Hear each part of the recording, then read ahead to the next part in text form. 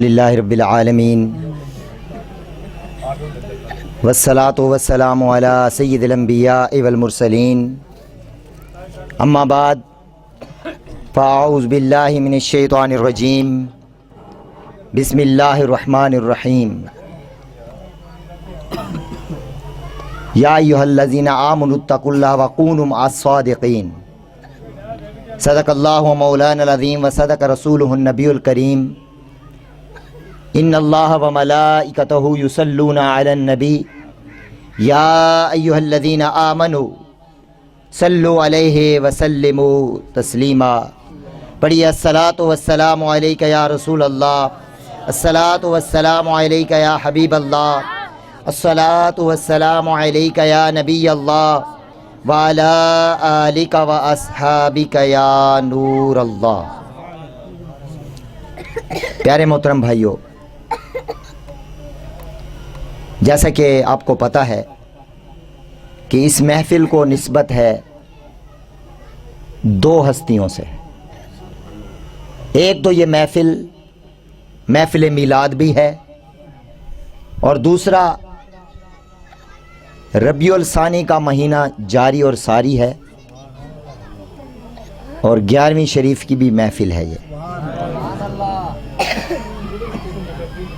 اور اللہ تبارک و تعالی قرآن مجید میں ارشاد فرماتا ہے کہ یا ایہا الذین آمنوا اتقوا اللہ وکونوا مع الصادقین، کہ اے ایمان والو اللہ سے ڈرو اور سچوں کے ساتھ ہو جاؤ۔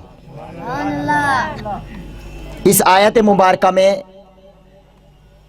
3 باتوں کی طرف توجہ دلائی گئی۔ ایک تو فرمایا گیا کہ اے ایمان والو، آگے فرمایا گیا کہ اللہ سے ڈرو، اور تیسری جگہ فرمایا کہ سچوں کے ساتھ ہو جاؤ۔ اب ایمان والا وہ ہوگا جس کے دل میں خوف خدا ہوگا، اور ایمان والا وہی ہوگا جو سچے لوگوں کے ساتھ ہوگا، وہی ایمان والا ہوگا۔ گویا کہ اس آیت مبارکہ میں ہمیں بتایا گیا کہ اچھی صحبت اختیار کرو، اچھے لوگوں سے نسبت رکھو، کیونکہ اچھی صحبت اور اچھی نسبت بندے کو کہاں سے کہاں پہنچا دیتی ہے۔ اسی لیے فرمایا کہ وَكُونُوا مَعَ الصَّادِقِينَ، کہ سچوں کے ساتھ ہو جاؤ۔ اور ظاہر ہے کہ سچا وہی ہوتا ہے جو اچھا ہوتا ہے، سچا وہی ہوتا ہے جو دل میں خوف خدا رکھتا ہے۔ ظاہر ہے جب دل میں خوف ہوگا تو سچ بولے گا نا، اگر خوف نہیں ہے تو پھر اس کی مرضی۔ آج تو بات بات پر جھوٹ بولا جاتا ہے نا، بات بات پر دھوکہ بازی کی جاتی ہے، لیکن حقیقت یہی ہے، ایمان والا وہی ہے جو خوف بھی رکھے اور سچوں کے ساتھ دوستی بھی رکھے، سچوں کے ساتھ اٹھنا بیٹھنا رکھے۔ صحبت بڑا اثر کرتی ہے۔ اگر صحبت ذرے کو مل جائے، ایک چھوٹے سے ذرے کو اگر نسبت ہو جائے، صحبت ہو جائے کسی زر کے ساتھ، تو وہ پھر ذرہ نہیں رہتا بلکہ زر بن جاتا ہے۔ کسی قطرے کو نسبت ہو جائے دریا کے ساتھ، تو پھر وہ قطرہ اگر دریا میں چلا جائے، سمندر میں چلا جائے، تو پھر وہ قطرہ قطرہ نہیں رہتا بلکہ سمندر بن جاتا ہے۔ اور اگر کسی گناہگار کو نسبت ہو جائے کسی نیک کے ساتھ، تو پھر وہ گناہگار نہیں رہتا بلکہ نیکوکار ہو جاتا ہے۔ اور اگر کسی چور کو نسبت ہو جائے غوث الاعظم کے ساتھ، تو پھر وہ چور نہیں رہتا بلکہ قطب بن جاتا ہے۔ تو پتہ چلا کہ صحبت بڑا اثر رکھتی ہے۔ اور علماء فرماتے ہیں کہ صحبت سالے ترا سالے کند، صحبت تالے ترا تالے کند، کہ اچھے کی صحبت بندے کو اچھا بنا دیتی ہے، اور برے کی صحبت بندے کو برا بنا دیتی ہے۔ تو اسی لیے ہمیں چاہیے کہ ہم سچوں کے ساتھ رہیں، اچھوں کے ساتھ رہیں۔ جب اچھوں کے ساتھ رہیں گے تو پھر ہمارا مول بھی بڑھ جائے گا۔ ایک بزرگ اپنے مریدوں کے ساتھ تشریف لے کے جا رہے تھے اور بازار میں سے گزرے تو ایک ریڑی والا سنگترے بیچ رہا تھا اور وہ آواز لگا رہا تھا، اچھے سنگترے، اچھے سنگترے، اچھے سنگترے۔ تو پیر صاحب کو وجد آ گیا۔ مریدی نے پوچھا، حضور یہ آپ کو وجدانی کیفیت کیسے آ گئی، یہ آپ کو رونا کیسے آ گیا، آپ نے یکدم جھرجھر لی، یہ کیوں ہوا؟ تو آپ نے فرمایا کہ اے مریدو، یہ دیکھو یہ سنگترے بیچنے والا کیا کہہ رہا ہے۔ کہا حضور وہ تو سنگترے بیچ رہا ہے، اور فرمایا نہیں، اس کے جملے پر غور کرو کہ وہ کیا کہہ رہا ہے۔ وہ کہہ رہا ہے کہ اچھے سنگترے، جو اچھوں کے ساتھ لگ جاتا ہے، جو سچوں کے ساتھ لگ جاتا ہے، وہ تر جاتا ہے۔ اور سرائکی میں کہتے ہیں نا کہ خربوزے کو دیکھتے خربوزہ رنگ پکڑیں دے، اور یہ حقیقت بات ہے، یہ سچی بات ہے کہ جس کے ساتھ رہو گے ویسے ہو جاؤ گے۔ نمازی کے ساتھ رہو گے تو نمازی ہو جاؤ گے، غازی کے ساتھ رہو گے تو غازی ہو جاؤ گے، سچے کے ساتھ رہو گے تو سچے ہو جاؤ گے۔ اور اگر تہجد گزار کے ساتھ اٹھو بیٹھو گے تو تہجد گزار ہو جاؤ گے، اگر علم والے کے ساتھ بیٹھو گے تو عالم ہو جاؤ گے، اگر ساجد کے ساتھ بیٹھو گے تو سجدہ گزار ہو جاؤ گے۔ جیسی صحبت ویسا رنگ۔ تو اسی لیے ہمیں چاہیے کہ ہم اچھوں کے ساتھ رہیں، سچوں کے ساتھ رہیں۔ اور ہمارے سچے کون ہیں؟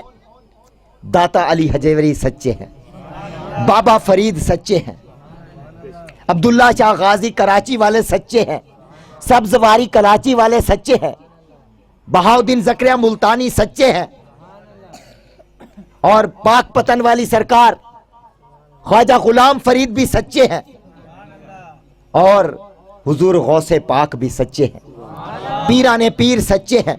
تو جو سچوں کے ساتھ ہو جاتا ہے وہ تر جاتا ہے۔ تو اسی لیے ہمیں بھی ان اولیاء اللہ سے محبت رکھنی چاہیے، اور قرآن میں انہی کی طرف اعلان کیا گیا کہ سچوں کے ساتھ ہو جاؤ۔ یہ جو اولیاء اللہ ہیں یہی سچے لوگ ہیں۔ جب ان سے محبت رکھیں گے، جب ان کا قرب رکھیں گے، جب ان کے مزاروں پر حاضری دیں گے تو پھر ہمارا بیڑا بھی پار ہو جائے گا۔ ایک دفعہ حضرت بشر حافی رحمت اللہ تعالی علیہ ان کا انتقال ہو گیا۔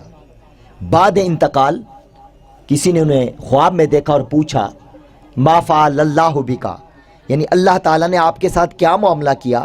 تو آپ نے فرمایا کہ اللہ نے میری بخشش فرما دی، اور اتنا کرم کیا کہ جو میرے جنازے میں آئے اللہ نے ان کی بھی بخشش فرما دی، اور فرمایا کہ اے بشر تم نے مجھے راضی کیا، تم میرے سچوں کے ساتھ رہے، تو آج جس نے تیرا جنازہ پڑھا ان کو میں نے بخش دیا۔ اور آپ فرماتے ہیں کہ رب کریم نے اتنا تک فرمایا کہ اے بشر جو قیامت تک آنے والے لوگ تیرے ساتھ محبت رکھیں گے میں نے ان کو بھی بخش دیا۔ تو پتہ چلا کہ جو اولیاء اللہ کے دامن سے وابستہ رہتا ہے، جو اولیاء اللہ کے دامن کو تھام کر رکھتا ہے تو اس کے وارے نیارے ہو جاتے ہیں۔ ایک مرتبہ بہاؤدین زکریا ملتانی رحمت اللہ تعالی علیہ آپ جو ہے نا بازار میں تشریف لے جا رہے تھے، سامنے سے ایک شرابی آ رہا تھا۔ اس نے دیکھا کہ اللہ کے ولی آ رہے ہیں، اس نے محبت کے ساتھ آپ کا ہاتھ چوم لیا، آپ کے ہاتھ کا بوسہ لیا اور آگے چلا گیا۔ نشے میں دھت تھا، آگے گیا، کنواں آیا، اس میں گرا اور مر گیا۔ اسے کسی نیک بندے نے خواب میں دیکھا، پوچھا ما فعل اللہ بکا، اللہ تعالیٰ نے تیرے ساتھ کیا معاملہ کیا؟ کہ اللہ نے میری مغفرت فرما دی، کہ تو شرابی تھا، تو شراب کے نشے میں مرا تھا، تو پھر تیری بخشش کیسے ہو گئی؟ وہ کہنے لگا کہ بس اللہ کو ایک ادا پسند آ گئی کہ میں راستے میں جب جا رہا تھا نشی کی حالت میں، میں نے سامنے دیکھا کہ اللہ کے ولی حضرت سیدنا بہاؤدین زکریا ملتانی رحمت اللہ تعالی تشریف لا رہے ہیں، میں نے محبت کے ساتھ ان کا ہاتھ چوم لیا کہ یہ اللہ کے نیک بندے ہیں، یہ اللہ کے سچے بندے ہیں، تو میں نے ہاتھ چوما، اس کے بعد کنویں میں گر کر مر گیا۔ جب قبر میں پہنچا تو اللہ نے فرمایا اس کو چھوڑ دو، اس کو نسبت ہو گئی ہے میرے پیارے کے ساتھ، اس کا نسبت ہو گئی میرے سچے کے ساتھ، تو میں نے اس سچے کی وجہ سے اس کو بھی سچا کر دے، اس کو معاف کر دے۔ رحمت حق بہانہ میں جویت، اللہ کی رحمت تو بہانہ تلاش کرتی ہے، قیمت طلب نہیں کرتی۔ اور جب کرم ہوتا ہے نا، جو اللہ والوں سے جڑا ہوا ہوتا ہے، تو آتا ہوں میں اس طرف، کیونکہ یہ حضور غوث پاک کی 11ویں کی محفل بھی ہے۔ تو ایک بندہ تھا، وہ ہر 11ویں شریف کو بغداد میں رہتا تھا اور بازار میں چلا جاتا اور چندہ کرتا، دکان دکان جاتا اور کہتا کہ 11ویں شریف کا ختم دلوانا ہے، 11ویں کی محفل سجانی ہے، تم ایسا کرو کہ حصہ ملاؤ۔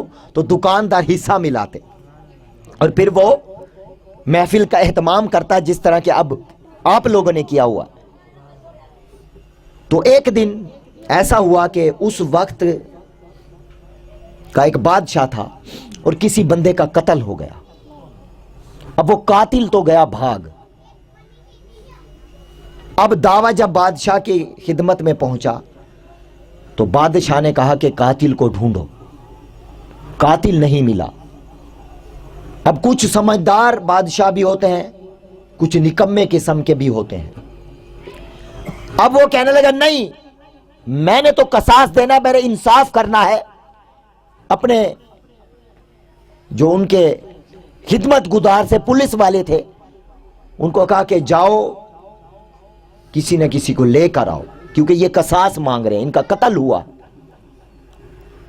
اب جناب سپاہیوں نے کیا کیا کہ جو پھانسی والا پھندا ہوتا ہے نا، وہ لیا اور بازار میں چل پڑے۔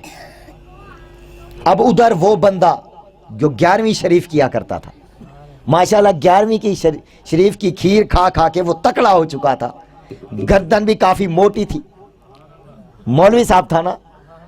تو اب وہ ڈھونڈ رہے ہوں کہ یہ فٹ آ جائے کسی کو، کیونکہ بادشاہ کا حکم ہے، اگر نہ لے کے گئے تو وہ ناراض ہوگا۔ اب ایک پولیس والے نے اشارہ کیا کہ وہ دیکھو بندہ موٹا تازہ ہے، اس کو پکڑو۔ اس کو انہوں نے پکڑ لیا اور اس کے گلے میں رسا ڈال دیا تو وہ فٹ آ گیا۔ انہوں نے کہا چلو، انہوں نے کہا کہاں چلوں؟ انہوں نے کہا بادشاہ نے بلایا تمہیں پھانسی پر چڑھیں گے۔ انہوں نے کہا میرا قصور؟ انہوں نے کہا قصور تیرا یہ ہے کہ یہ پھندا فٹ آ گیا۔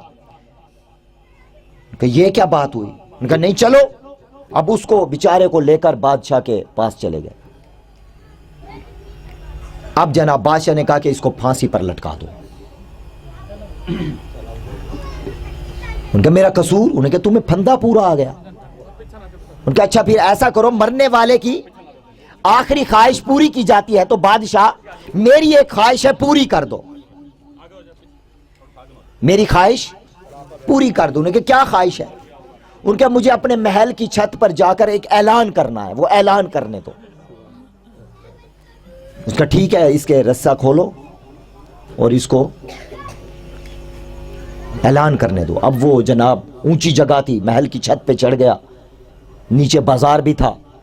اس نے آواز دی، اے بازار والو ایک اعلان سنو۔ سب کٹھے ہو گئے۔ کیا بات ہے؟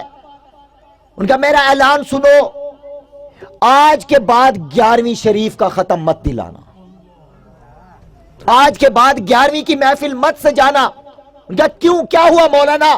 کیا بات یہ ہے کہ میں نے ساری زندگی اسی کام میں گزار دی، چندہ کرتا تھا، 11ویں کرواتا تھا، آج مجھے صلہ یہ ملا کہ آج میں محفل کے لیے چندہ کر رہا تھا، تو آج یہ ہوا کہ بادشاہ مجھے پھانسی پر لٹکا رہا ہے۔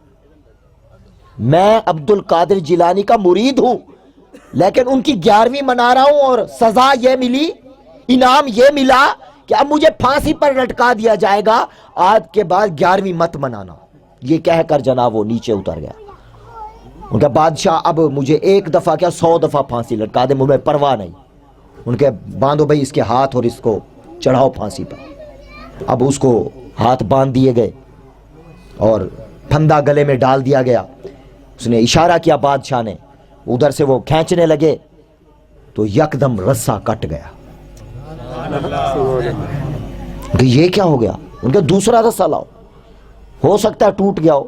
اور دوسرا رسہ لائے، وہ باندھا، وہ کٹ گیا۔ تیسرا لائے، چوتھا لائے، 11 رسے لے آئے، سارے کے سارے جو ہی کھینچنے لگتے وہ کٹ جاتا۔ اب وہ مولانا وہ 11ویں منانے والا اس نے صدا لگائی کہ بادشاہ آج دنیا کے رسے اکٹھے کر لے، مجھے تو پھانسی نہیں دے سکتا کیونکہ میرا پیر آ گیا ہے۔ ان کے کون پیر؟ ان کے میرا عبد القادر آ گیا، میرا غوث پاک آ گیا۔ تو کیا سمجھتا ہے کہ رسے کچے ہیں؟ نہیں، رسے کچے نہیں، نے میرے مرشد نے کاٹ دیے۔ ان کے کہاں ہیں؟ مجھے تو نہیں نظر آ رہا۔ ان کے ایسے نہیں نظر آئے گا، کامل پیر ایسے نہیں نظر آئے گا۔ ان کے کیسے نظر آئے گا؟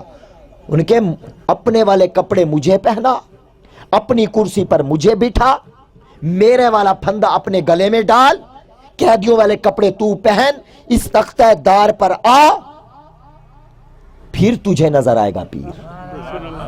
آنکھ والا تیرے جوبن کا تماشا دیکھے، دیدہ کور کو کیا نظر ہے وہ کیا دیکھے۔ یہ عشق کی باتیں، محبت کی باتیں، یقین کی باتیں ہیں۔ اب جناب بادشاہ نے کہا میں نے تو دیکھنا ہے کہ رسا کاٹتا کون ہے۔ وزیر نے کہا حضرت بادشاہ مہربانی کرو، پھانسی پر لٹکا دیے جائے گئے، مڑکا ٹوٹ جائے گا، بادشاہت کا کیا ہوگا؟ ان کا کچھ ہو جائے، میں نے دیکھنا ہے کہ یہ رسا کاٹتا کون ہے۔ ان کا خیال کرو، مر جاؤ گے، زندگی ایک دفعہ ملتی ہے، دوبارہ نہیں ملتی، لٹک جاؤ گے، مر جاؤ گے۔ ان کا نہیں، میں نے دیکھنا ہے کہ کون ہے اس کا پیر جو رسا کاٹ دیتا ہے۔ خیر جناب، اب اس 11ویں منانے والے کو اس نے اپنی کرسی پر بٹھایا، اپنا تاج پہنایا، اپنے کپڑے پہنائے، اب وہ بادشاہ بن کر بیٹھا ہے، اور بادشاہ مجرموں والے کپڑے پہن کر گلہ رسے میں ڈال دیا گیا، تختہ دار پر کھڑا دیا گیا۔ تو اب جو ہی اس نے یوں اشارہ کیا، رسا جب کھینچا، رسا کٹ گیا، رسا کٹ گیا۔ بادشاہ نے دیکھا ایک سبز لباس میں بزرگ ہے، تلوار ہاتھ میں ہے، اور کہہ رہے ہیں کہ اے بادشاہ، تمہیں میں نے اس لیے نہیں بچایا بلکہ اس لیے بچایا کہ تیری نسبت ہو گئی میرے مرید کے ساتھ۔ جو کپڑے اس نے پہنے تھے تو نے وہی پہنے ہیں، جو رسا اس کے گلے میں ڈالا گیا تھا وہ تیرے گلے میں ڈالا گیا۔ یہ نہ سمجھنا کہ تو بادشاہ ہے تو میں نے تجھے زیارت کرائی، نہیں نہیں، تیری نسبت ہو گئی میرے مرید کے کپڑوں کے ساتھ اور پھندے کے ساتھ، اسی لیے میں نے تجھے اپنی زیارت کرائی اور تیرا بھی رسا کاٹ دیا، کیونکہ اس کو، یہ میرا مرید ہے، اس کو نسبت ہے میرے ساتھ۔ وَكُونُوا مَعَ الصَّادِقِينَ، اللہ فرماتا ہے کہ سچوں کے ساتھ ہو جاؤ۔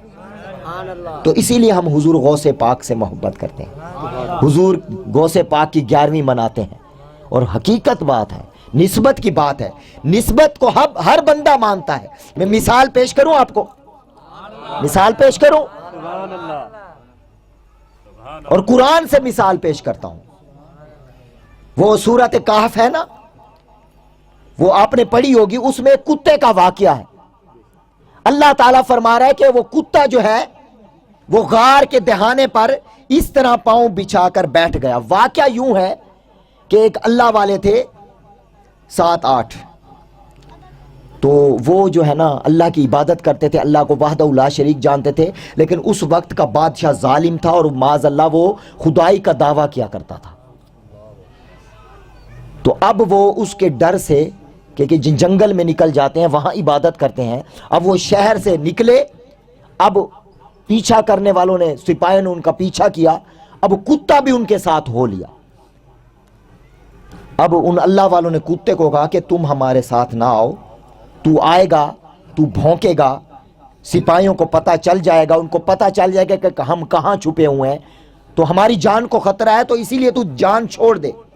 تو وہ کتا بول اٹھا کہ اے اللہ والو، میں تمہاری صحبت میں رہنا چاہتا ہوں، میں وہ کتا نہیں جو اللہ والوں کو بھونکوں، وہ اور کتے ہوں گے جو اللہ والوں کو بھونکتے ہیں، میں وہ کتا نہیں جو اللہ والوں کو بھونکوں، میں تو اللہ والوں سے محبت کرتا ہوں۔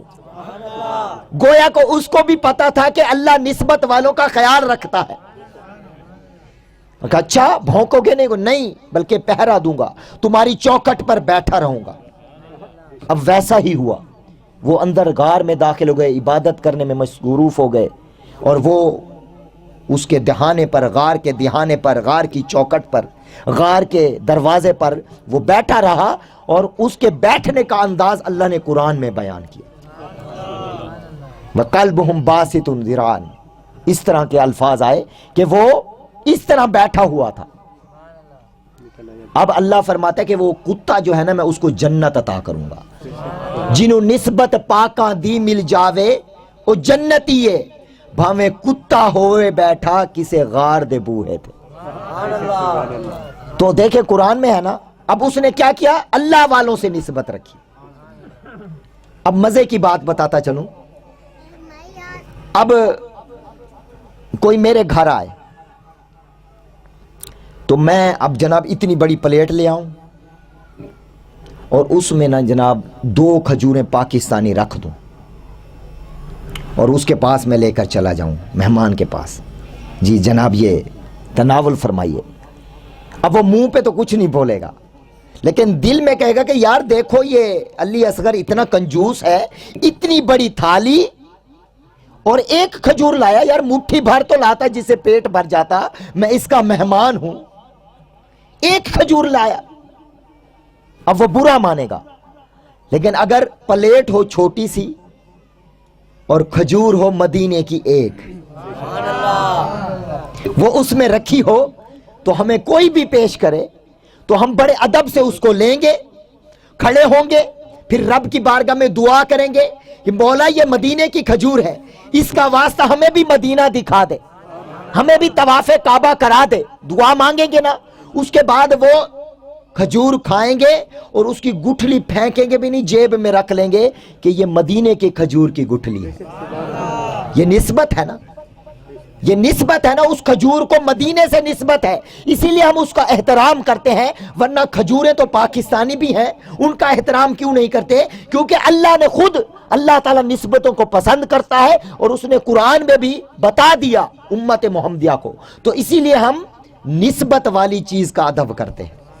اسی طرح آب زمزم لے لیجئے، اب پانے تو یہاں بستی کا بھی ہے، وہ اگر مجھے پیش کیا جائے تو میں بیٹھ کر پیوں گا، لیکن اگر اسی گلاس میں زمزم ہو، آب زمزم ہو، تو کھڑا ہو جاؤں گا، ہاتھ میں رکھوں گا، دعا مانگوں گا، قبلے کی طرف منہ کروں گا کہ مولا جس طرح یہاں تو نے یہاں آب زمزم پلایا، وہاں بھی مجھے پہنچا کر پلا دے، طواف کعبہ کرا دے، آقا کے روزے کا جلوہ دکھا دے، گنبد خضرا کے چھاؤں میں بیٹھنے کی توفیق عطا کر دے، یا اللہ یہ مسئلہ عطا کر دے، یہ مسئلہ حل کر دے۔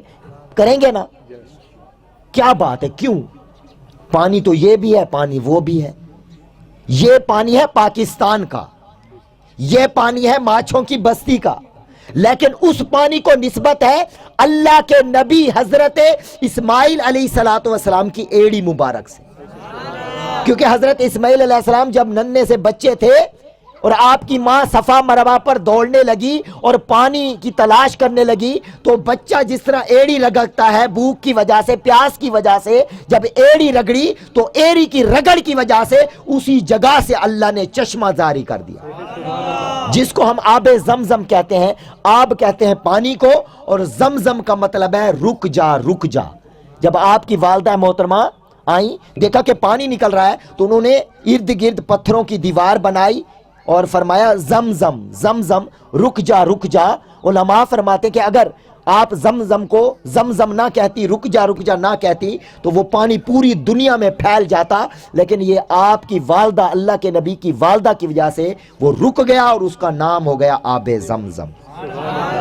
اب اس آب زمزم کو ہم کھڑے ہو کر ایک سانس میں پیتے اور دعا کرتے ہیں، کیونکہ نسبت ہے اللہ کے نبی کی ایڑی سے۔ تو اللہ تعالی ہمیں نسبتوں سے محبت عطا فرمائے، اور اس محفل کو نسبت حضور غوث پاک شیخ عبد القادر جیلانی رحمۃ اللہ تعالی علیہ سے